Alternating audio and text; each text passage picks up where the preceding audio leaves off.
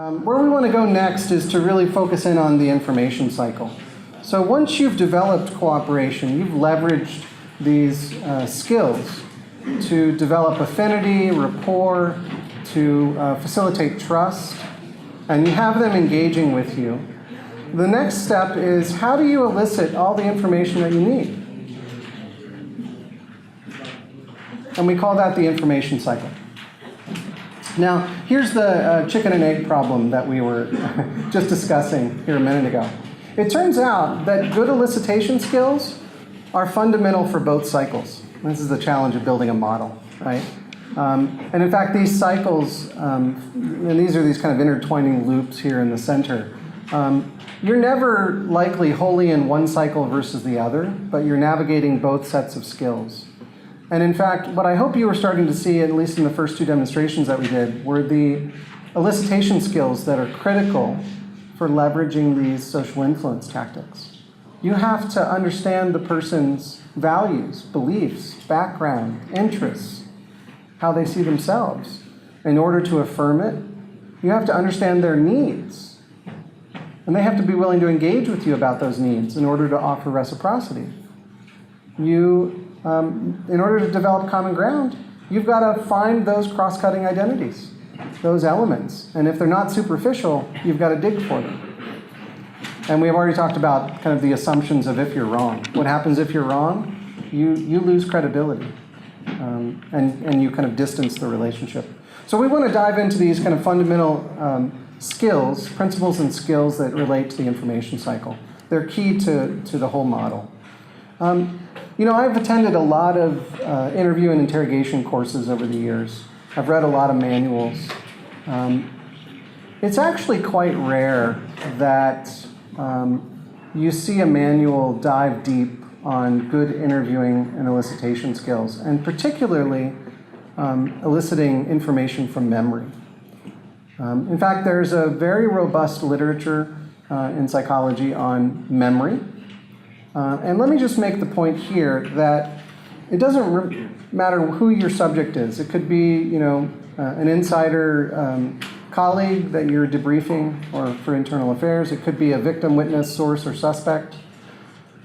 The information that you want resides in one place, and that's their memory. Right? Can we all agree on that? The information that you want resides in their memory. Now, memory's a funny thing, right? Have you all heard the adage that memory's not like a tape recorder? You can't just rewind it and play it again. It's not like a video recorder. You can't just rewind it and play it again. In fact, memory is what we describe as reconstructive. It's bits and pieces. And when you remember an event, you put together and you draw from memory bits and pieces that begin to create a narrative. I'll give you one example. How many of you have told a story to a friend or a group, gotten to the end of the story, and then kind of hit yourself in the face and went, shit, I didn't tell you the most important part of that story. I totally forgot that this happened. How many of you would admit to having that experience before? I see heads nodding. Good. That, my friends, is memory. Memory isn't perfect. When we recall events, we miss bits and pieces, sometimes the most salient and most important bits and pieces. When we communicate with others and tell stories, we tell stories in ways that fit the narrative that we want to offer to the other subject, and in doing so, trying to meet their expectations. So in fact, we will craft our memory retrieval, if not properly instructed, in a way that tells the best story for the person that we're telling the story to. Does that make sense? And it means, at times, we leave out details. We edit. Sometimes consciously and sometimes non-consciously. In other words, we just don't have access to that information. The other thing that we know about memory is that it's associative. In other words, events and concepts in memory relate to one another. And in fact, when we store information in memory, it's associated with, connected to, and cued by other information or experiences that we've had. So every new experience and every new thing that you're learning today You're trying to integrate into an existing knowledge base. Is that fair to say? You have lots of experience in this domain. You've had training in this domain. But today, you're going to be learning some concepts that are new to you. Or you're trying to fit those concepts into a familiar frame and integrate it into your existing knowledge. You're doing so in an associative fashion. Does that make sense? So 30 years of memory research in 2 minutes. I just want that on record right there. Here's the other thing about memory. Memory is fallible. It's malleable. And as an interviewer, you have as much an opportunity to draw out an accurate account as you do to totally screw up the person's memory. Because you suggest things that didn't happen, you mislead them with the way that you ask the question, you get them to misremember the event. Not intentionally on your part. I want to point that out. There's no intention on your part to mislead them or to disrupt their memory. But in fact, study after study after study have shown the way you ask your questions influences the way that people remember and will influence the way that they recall it later. In other words, you have an opportunity to mislead, misinform. Okay, here's the other thing that's happening in the information cycle, the other principle I want you to realize.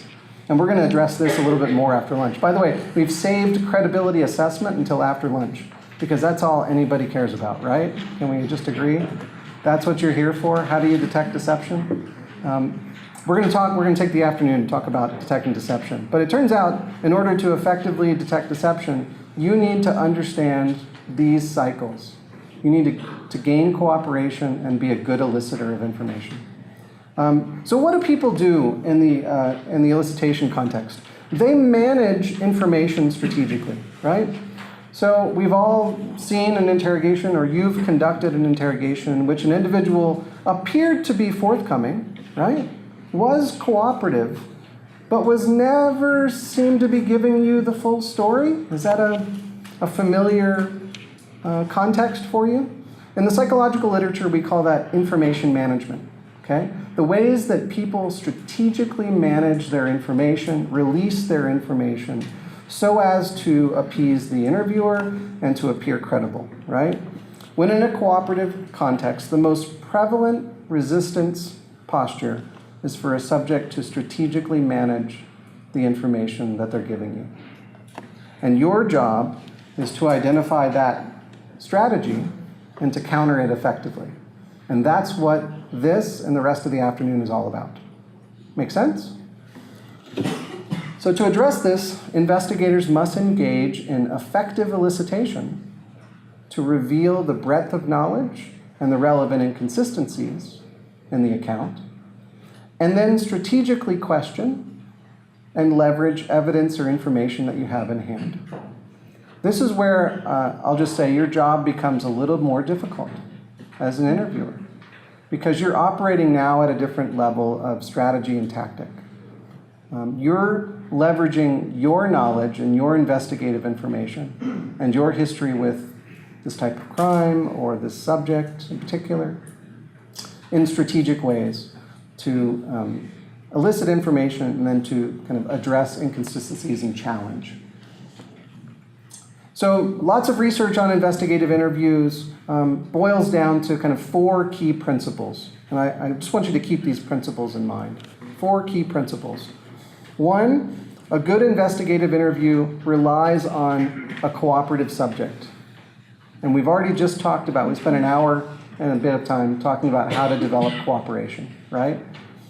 A good investigative interview is built on the foundation of cooperation. Number 2, a good investigative interview makes clear the rules and expectations for the interview. And we're going to talk about how that transparency is important and some of the effective ways that you can do that. Number 3, a good investigative interview is built on open-ended questions and what we call funnels. And I'm going to go into some more detail about funnels. And we're going to see some examples here. And then finally, a good investigative interview requires that an investigator be open to alternative hypotheses. So one of the probably biggest failures that we see in interviews is that an interviewer comes into the room with such a strong preconceived notion of how the act occurred, that the individual was responsible, how they did it, why they did it. They've kind of simulated, they have a mental model of this event. And they're coming in to test that mental model, right? And in fact, under those situations, you bringing in that preconceived notion, that bias, let's be honest about it, biased perception of how you think things occurred, actually changes the way that you question the subject. And it leads to what we call confirmatory hypothesis testing. You ask questions that confirm your hypotheses, and you miss opportunities to collect information that you didn't know is important but turn out to be critically important. Right? We want you to be wary of those kind of preconceived notions and biases that you may bring into an interview. And it's critical that you're open to alternative hypotheses and that you frankly test alternative hypotheses. All right, so let's talk about conversational rapport. One form of rapport has to do with the nature of the interaction, the conversation that develops between individuals. And this comes out of a very rich literature in the clinical setting and a technique that's known as motivational interviewing. Motivational interviewing is actually used to essentially instantiate behavior change in people that are addicted to substances or have other behaviors that are amenable to kind of conscious control, so to speak. And it's a facilitative interview protocol. Essentially, it boils down to 5 principles that, if adhered to, develops rapport and cooperation in the interview and allows for elicitation and ultimately behavior change. I want to walk through those 5 principles, and you've actually already seen some of these principles. One is autonomy. Autonomy. So here's one of the things that we often see in training.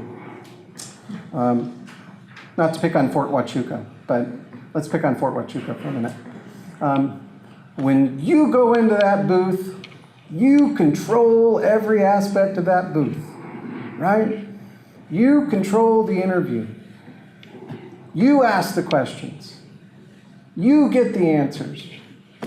Now, I'm exaggerating. But there is this underlying theme, if you will, among interrogators, that when they walk in the booth, their job is to control the nature of the questions and the information that's gotten, right? And they seek to exert that control. This principle really challenges that notion. It says, in fact, to a certain extent, and in a controlled manner, the interviewer should give up control and allow the subject some autonomy in the interview, right? An agent shows acceptance that it's the subject's choice not to talk or cooperate, and you work to prime openness and autonomy and allowing the subject to, at some level, direct the conversation. Autonomy. Second one is evocation. The agent draws out the subject, is curious, and is patient in the interview. They guide the subject to the reason they hold for cooperating, right? So ultimately here, evocation is a patient strategy in which one allows the subject some level of autonomy to explore their knowledge, and you facilitate that by asking questions and kind of encouraging and guiding them along the conversation. We're going to show you the tactics that underlie these principles in just a minute. Number 3, acceptance. Acceptance is the extent to which an agent communicates unconditional positive regard. Okay? This is the humanizing part of it. I get it. You deal with people that just committed murders. You deal with people that are gun runners or drug runners. You deal with people that are committing horrific crimes and acts of violence against others. It's a natural human response to want to react against that. As Steve said, to call them, those people. To even enter the booth with anger over the harm that they've caused. I get it. But what you're saying, Steve, you're not paid to be, you're not paid to have an ego or emotion. You're paid to get information. You're paid to move things through the criminal justice system. You're paid to find the truth. Right? Do we agree on that? Acceptance is showing, it's humanizing. It's showing unconditional positive regard. It's looking at them as an individual and respecting them. The third one is adaptation. Now this is critical. When I'm often asked about what I think are the key skills of an interrogator. And I think one of the most important skills of an effective interrogator is their ability to adapt on the fly. If you allow the subject to have autonomy and to guide the conversation, it requires you to operate at a strategic level and to adapt to the information that they're giving you, to adapt your strategy and your tactics in ways that now meet the objectives that are being given to you versus not given to you. It's being strategic. And then finally, empathy. Steve talked about empathy. The extent to which the agent attempts to understand the subject's perspective. Now, we've already shown you some examples of how to develop empathy, right? Seeking to understand the individual, identifying opportunities for common ground. All of these offer you opportunities to not only develop, but to demonstrate empathy and understanding. And to do it in a compassionate, but yet professional way, right? Again, I'm not trying to sell you a soft approach where you're making a new best friend, right? We're trying to offer you strategies that get you to a goal of disclosure and furthering an investigation, right? It turns out that cognitive trust, professionalism, competence, respect are critically important, right? Do you want a doctor who's your best friend, who talks to you, who shares stories with one another? Or do you want a doctor who knows what the hell they're doing? They're competent, they're professional, they can diagnose things. Which doctor are you going to go to? You want the doctor that's competent and professional, that you can have cognitive trust in, not just that you like. I mean, liking is kind of the added benefit. Am I right? Cognitive trust is key. All right, so let's talk about elicitation skills in terms of tactics. It is crucial that you listen, Dwight.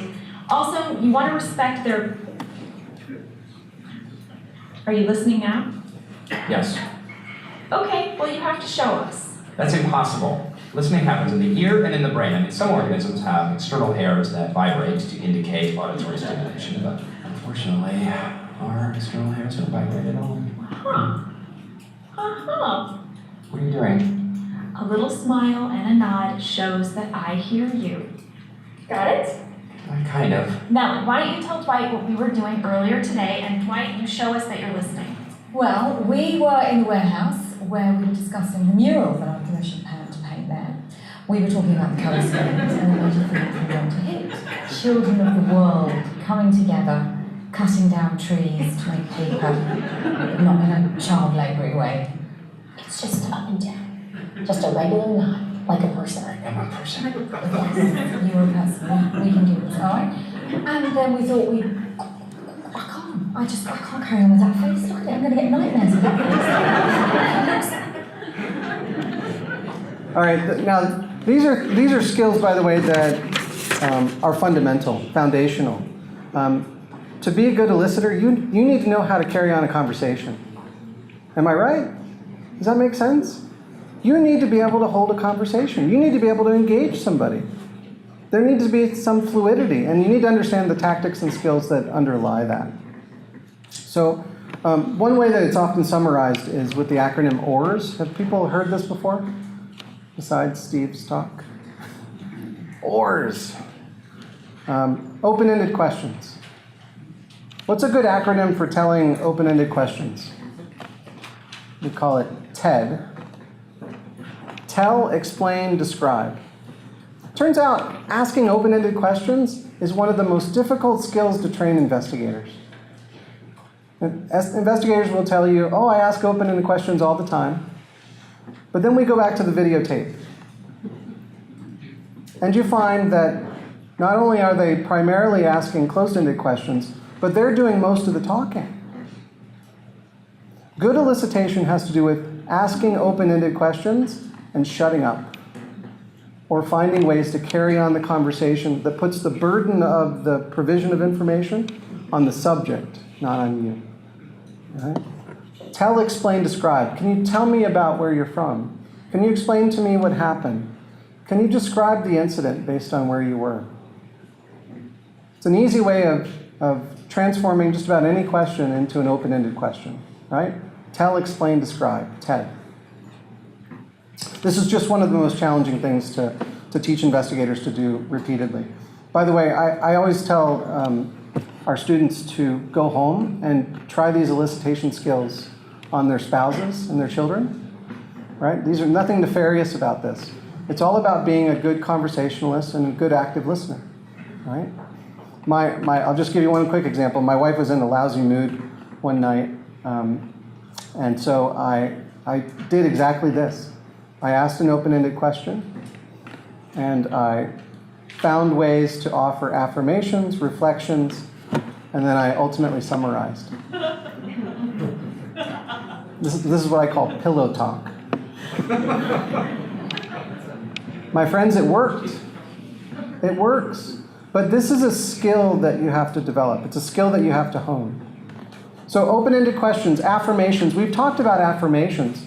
Affirmations can go to the core of the individual and their values, how they see themselves. But you can also offer positive affirmations about their cooperation. So in the transition of conversation, you may say, listen, I really appreciate that you're being open and honest with me. This has been very valuable. It's important that we understand what happened here, and your perspective is really valuable to that. Only you have the information that we need. And it's really great that you're cooperating with us. There are a myriad of ways that you can offer affirmations that facilitate conversational rapport. Reflective listening is all about offering back the subject their own words or gestures that will continue the conversation. We're going to see an example of this in just a minute. But it's asking an open-ended question. Tell me about where you were yesterday, what you were doing. It's about the nonverbals, the head nod, though not exactly as in the video, a natural head nod. It's the engaged interest. It's the leaning forward posture. It's the open-ended stance or the open stance behaviorally. And it's the verbal articulation of, uh-huh, really? Go on. And when they come to something that's of interest to you, let's say that he begins to talk about going to a park with his kids. A park. Yeah, a park. You know, we went to this park and we did this and we played on the swing set and my kids had a great time. Great time? Oh man, they loved it. Right? They loved it. What are you doing and what am I doing there? I'm parroting back. I'm identifying words that they're using. I'm offering it back to them almost in the form of a question. But the natural reflex in the conversation is to go, oh yeah, let me tell you more. So you're interested in that. Let me tell you more about that. Right?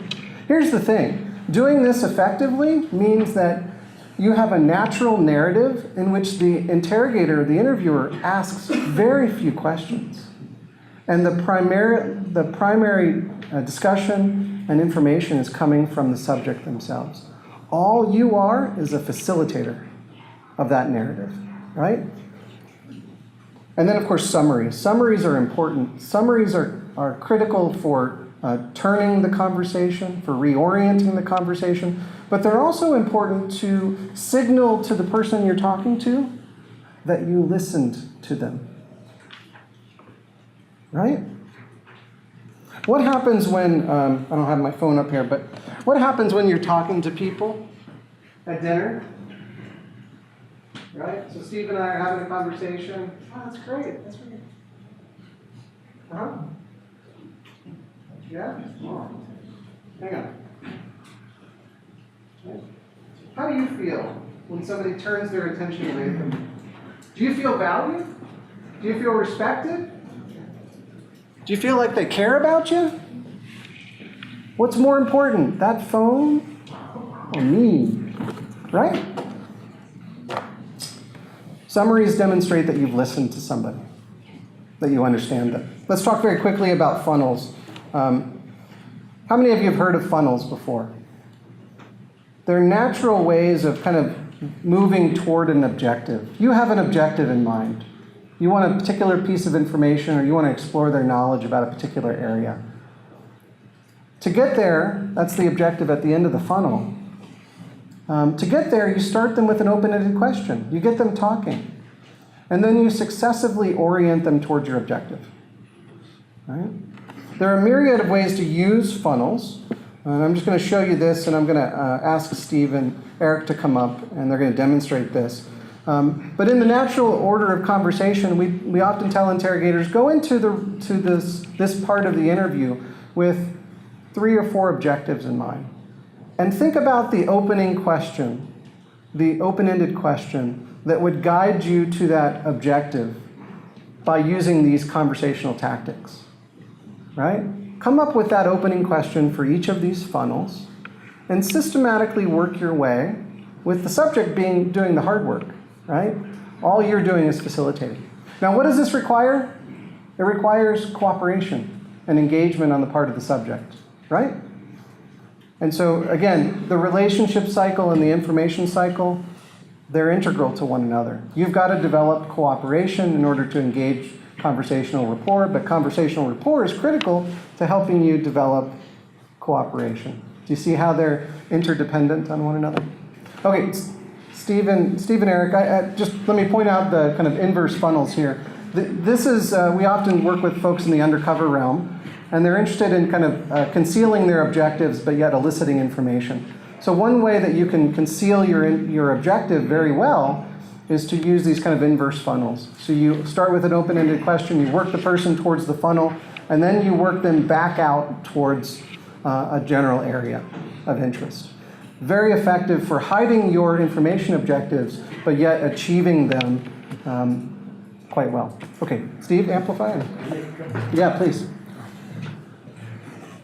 I am split between having absolute emphatic fascination with behavioral science, but then equally emphatic fascination with applying it from my perspective as an intelligence officer, not just an interrogator, but trained at the farm, case officer. I started my career with CIA before I took information in the Air Force. So I keep thinking that this is the first time, honestly, that I've ever been exposed and make modern contributions to a model that's completely integrated. These aren't stovepipe, do this, oh, this is separate. Everything that Dr. Meissner has talked about today, they relate, they feed forward and they feed back. So look at the intelligence side of things. Go back to ORS. Think specifically about reflective listening, sometimes that word. If you remember with Jeff, he mentioned pilots, the neighbors were pilots, right? That might be interesting, right? But in the circumstances, I could stop him and say, oh, the pilots, are pilots, tell me about that. Or I can just, he says pilots? Yeah, they're both young, upcoming pilots, Pilots? Yeah, and they're, let's see, I know that one, Jason, he flies for United. I can't remember Tim, Okay. what he does. I think. Or he flies for. Anyway, go on, you were telling me.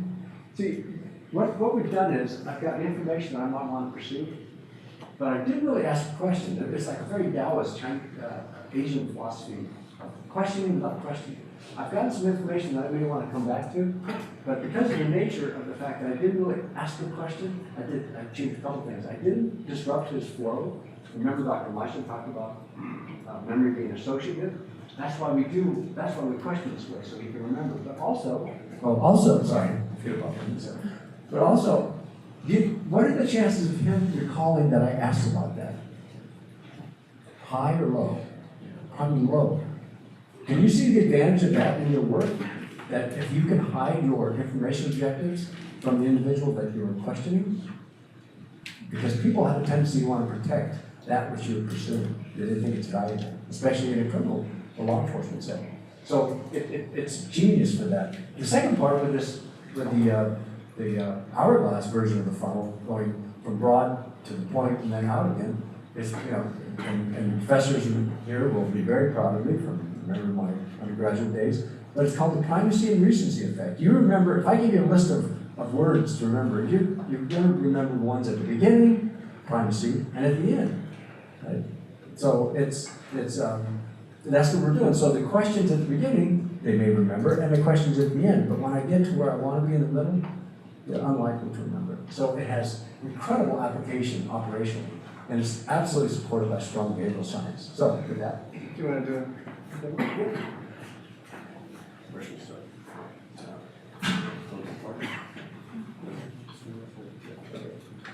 All right, Jeff, I appreciate the cooperation. Appreciate the detail we've gone into. That's very, very helpful. So tell me, it was neighbors across the street you were telling me? Yeah, Well, tell me what happened from, let's say, the time that you entered the house that week. Just go from there? Sure, yeah, this is your story. I wasn't there. Just tell me in as much detail as you possibly can. Okay, yeah. So I showed up, I knew that he was going to be Jason. Jason?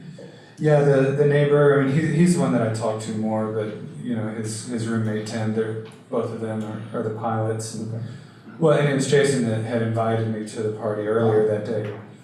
So I show up like 8 or ish. I'm guessing the sun was already going down, and it's already getting dark, but I knew that he was grilling hamburgers and dogs, right? Dogs? Just hot dogs, nothing special. So the barbecue, okay. Yeah. Very good.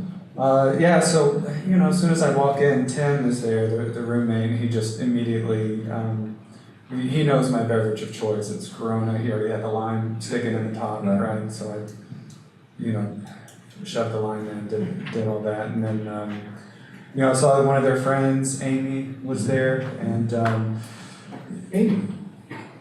so she's someone, that, I guess, Tim, I don't know. I know that Tim and her are pretty good friends. I don't know if there's anything like physical, going on between them, but they seem pretty tight. And then there was Tina. She was there. This is the first time I'd met her. Just although Tim had talked about her, said, hey, my cousin, she's from El Paso, but she's been in London, for a few months, which I thought was strange. Cousin? Yeah, of Tim's. So I don't know what the connection is. I don't know, how close or whatever. But I mean, they seem familiar with each other. They grew up pretty close. You mentioned that woman from London earlier. Can you tell me more about that? Yeah. Describe her. Tina. She's beautiful. She's. I don't know. Younger than me, maybe like 30. Okay. But talked even kind of younger than that. She's wearing a low cut t-shirt.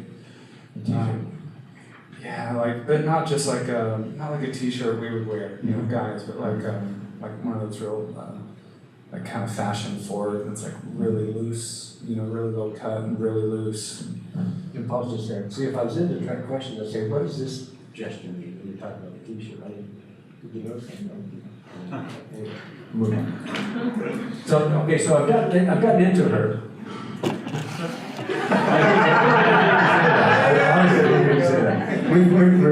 We're soon down to the very narrow part of the funnel, and I'll probably go lower and lower. But let's say I think it's a little bit too alerting, I can come back to it. So now we're going to go to the other side of the funnel. You have time to do that? Yeah. Okay. So tell me more about this friendship that one. Yeah, well, really, I'm telling you, really low cut, and I mean, she's just, the behaviors. I mean, she told us that she'd just gotten her nipple pierced. Oh. Being a smart ass. No, you didn't. Right. She showed me. And She showed everyone around, yes, all of us, no hesitation. I mean, that's. Well, let me pause you right there. I really, again, appreciate the detail because I won't feel like I was there. So, and what I'm hearing is that you got there about 8-ish, I think. They were cooking hamburgers and hot dogs, barbecue style. Your neighbors were there, pilots, and then there was Amy, and there was Tina there, and also this woman from London. Well, that is Tina. Oh, that's Tina, okay. Yeah. Thank you for correcting me. So that's Tina, and she was wearing a t-shirt and kind of had this little intimate experience with her. Yeah. So, okay, from there, let's go back, because I'd like to learn more about the relationship between these people and you. Can you describe that for me? These people, You know, like you mentioned the neighbors and so forth. Jay. So, see, we're moving up away from the specific person, I'm moving away. Okay. All right, so let's pause there for a second. So thank you very much. Did you see evidence of open-ended questions starting the funnel? Okay. Tell, explain, describe? Okay. Did you see evidence of reflectives? What kind of reflectives did you see? Gestures? What else? He was, the way he was sad and just put some gestures, and then he was trying to remember the party, he trying to go to the event. So he's encouraged, we often call them encouragers, right? Conversational encouragers. He'll take a word and parrot it back.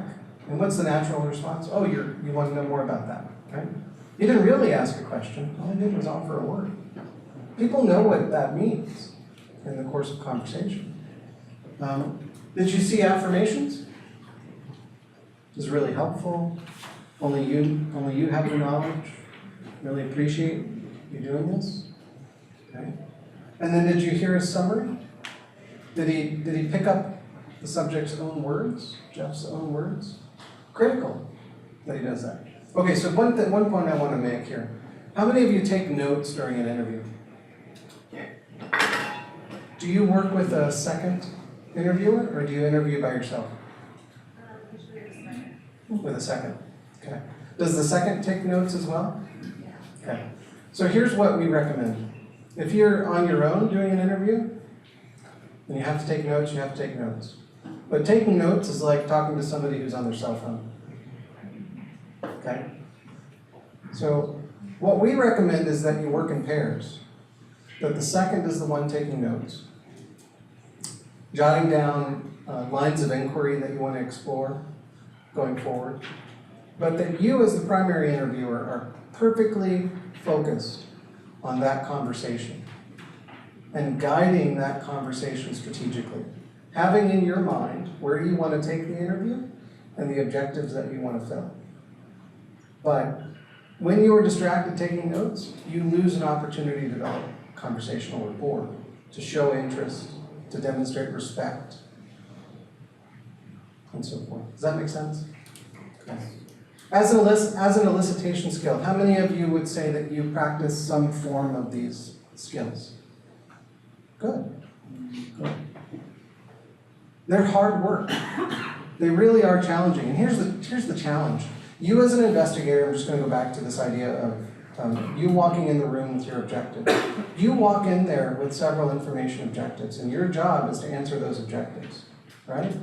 Maybe it's motive, maybe it's implicating others, maybe it's a confession, maybe it's just information, intelligence collection.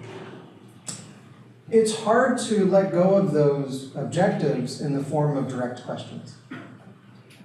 Okay, so here's what we like to say. There is always an appropriate time to ask a direct question.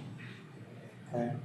But in the context of developing conversational rapport, the best way to do it is to hold those direct questions until the end, or as long as you can. Because when we teach this and what we show them is if you effectively use ORs, these questioning tactics, 90% of your direct questions will be answered for you by the subject without you poking and prodding. There'll be a few that are hanging out there, and maybe it's an information management strategy on their part not to answer that part of it. You have an opportunity to ask those direct questions, but we say sit on until you have to. Does that make sense? These are really effective elicitation strategies. I want to very quickly, we're running up against 8 minutes to the 12:15 mark. I want to at least introduce you to the cognitive interview. How many of you have heard of the cognitive interview before? Okay, I see 1 or 2 hands coming up. Coral's done a lot of research on this, by the way. She'll talk maybe a little bit more about it this afternoon. The cognitive interview is probably the most studied interview protocol in the literature. Is that fair to say, Coral?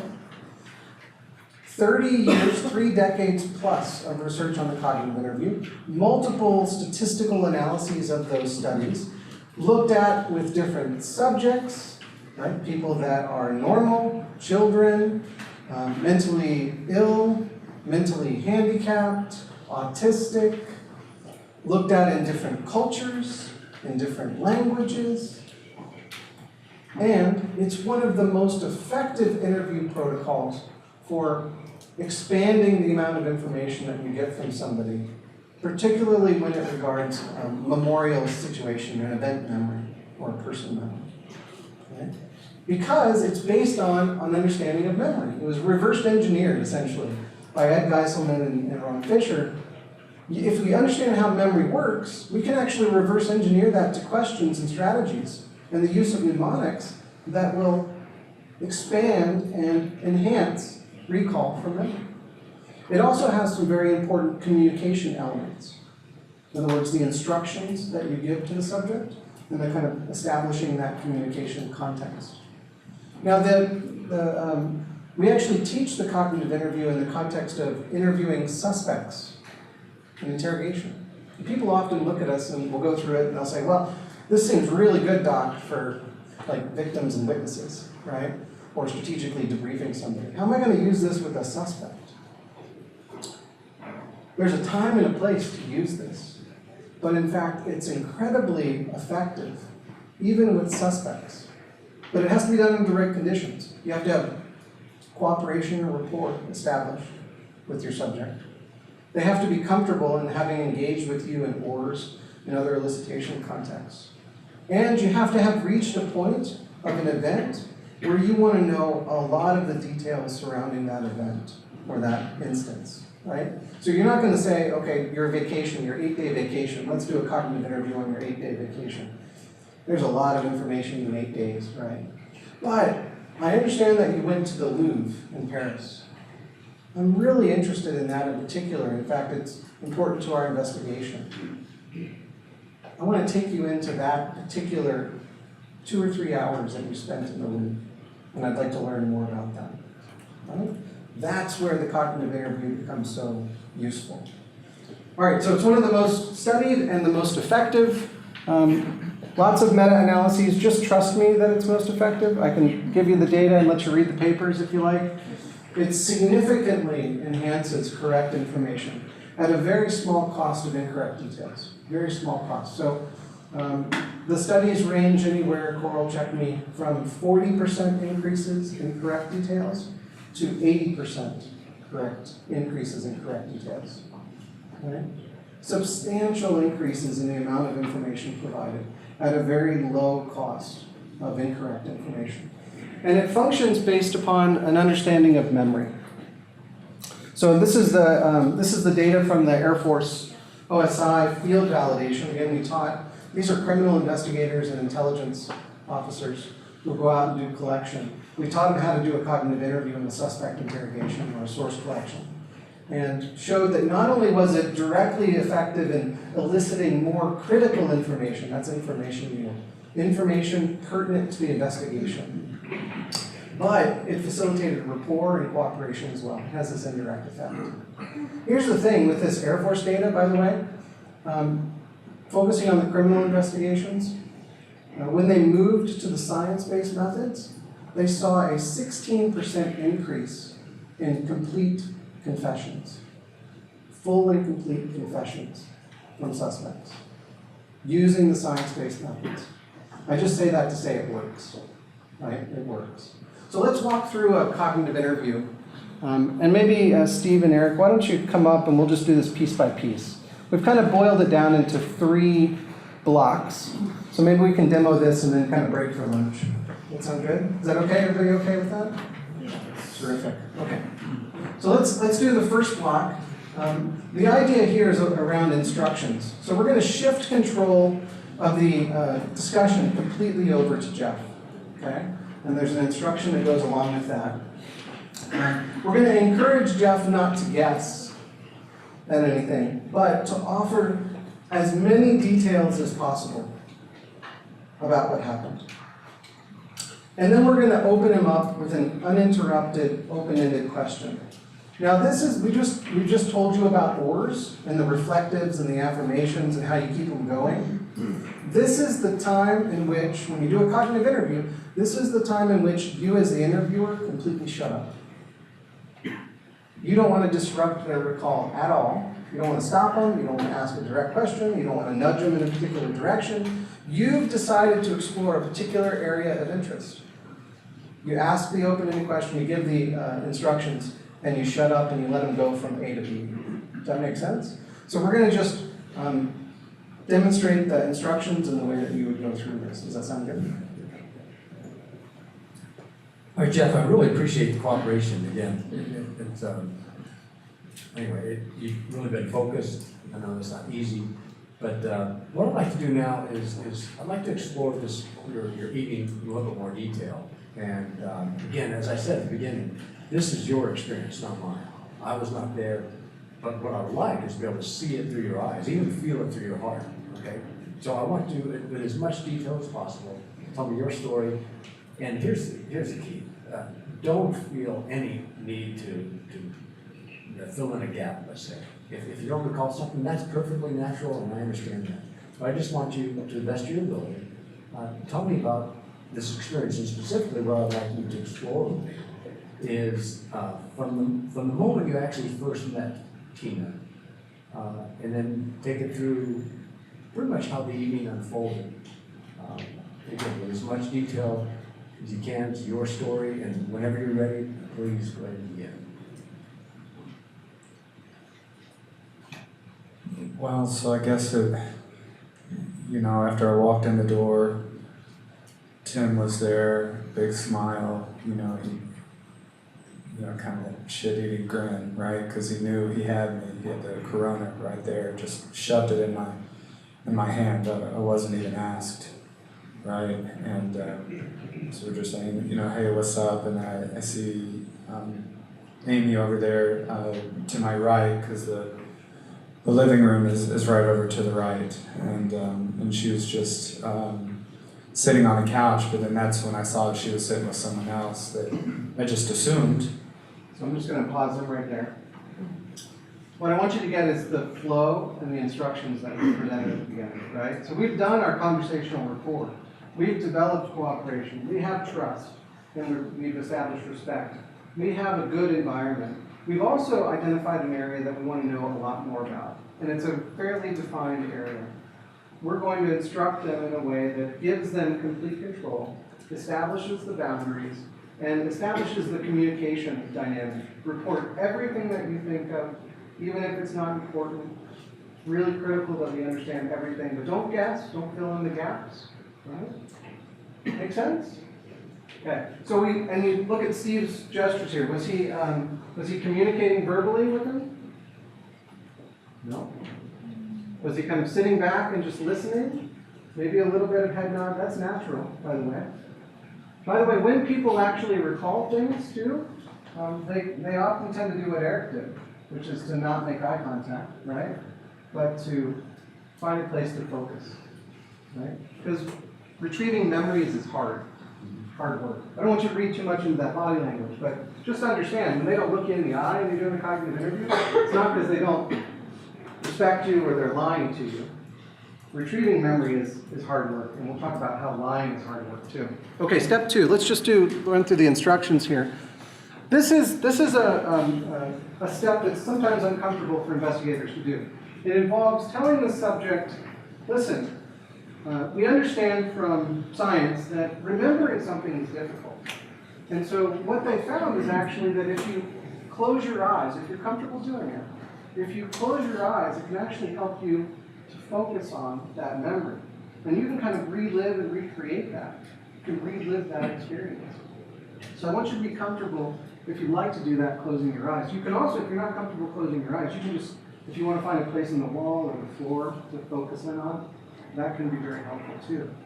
Then we move to a context reinstatement instruction. And a context reinstatement instruction, Humans have this incredible ability to mentally time travel. We can close our eyes and go back in time and relive an experience that we've had. How many of you have been married, are married, have been married? Okay, if you close your eyes, could you go back to your wedding day? Can you put yourself back there? I mean, I can see it. I was married on Lake Michigan. I remember it was a beautiful day, white sand, pavilion over here, a little walkway, and we were kind of married down by the walkway. I can feel the ocean breeze. I can feel the temperature. I can see the people where they were standing and where we went. There were other people on the beach. I can actually go back to that experience and relive it. That's called episodic time travel. Humans have a unique ability to do this. And we can facilitate that by context reinstatement. We can guide the individual to that moment. Close your eyes. Think back to that situation. I want you to put yourself, getting handed that Corona, right? Put yourself back there. I want you to think about what it felt like to be there. What it was like outside. Who was around you? Where people were. We can facilitate context reinstatement. By the way, one of the things that Coral has found is that investigators are not always comfortable with this instruction, right? They train folks in the UK to use cognitive interview.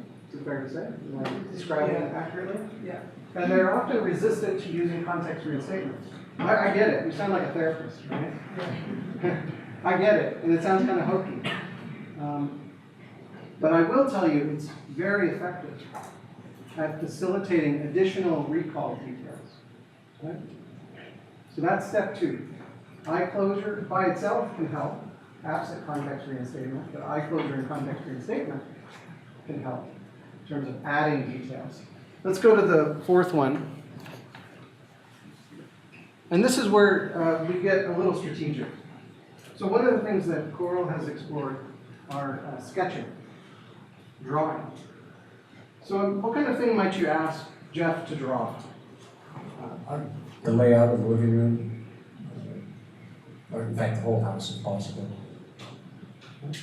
And one of the things that Coral's research has found is that sketch not only facilitates recall, but it can, in some ways, if you're uncomfortable doing the context reinstatement bit, it can actually replace context reinstatement as a method for reinstating context. Yeah. Is that fair? Absolutely. And it's easy to do, right? How many of you have asked people to sketch things before? Draw a layout, draw the road. It's funny when you can actually encourage people to talk through the sketch, right? And it turns out as they sketch, they're going to cue themselves. Remember I said memory is associative? They actually cue themselves to think, oh my God, I forgot about that. There was a car parked over here. I just remembered that. Memory is associative and it's cued by these things. Reverse order. So we've asked Jeff to recall the event from beginning to end. One thing we might do is ask him to start at the end and move back towards the beginning. Again, it's a way of cueing memory. Doing that, he should actually enhance his recall. He should remember things that he hadn't remembered before. Because memory is associative. And as we think about it in different ways, we cue ourselves to remember more information. And then finally, change perspective, right? So there are a number of ways that one can ask people to change perspective. You can change from kind of a linear to an aerial perspective. So imagine that you were flying in a plane.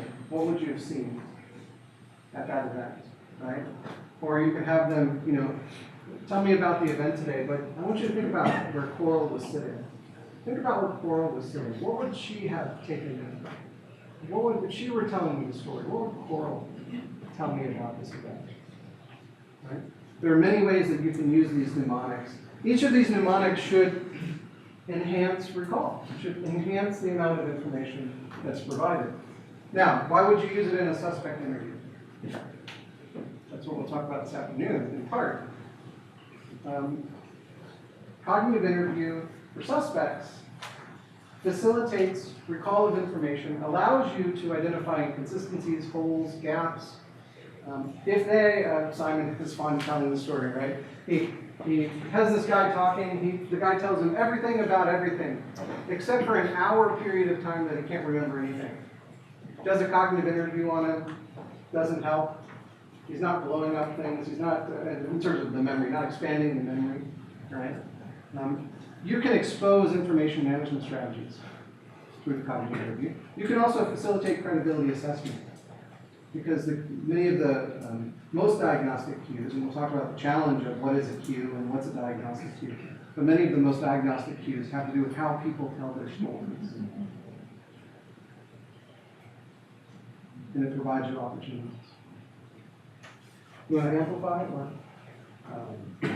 I'll just add again, the absolute integrated, cross-discipline, evidence-based approach, I dig it big time. I mean, I really love it.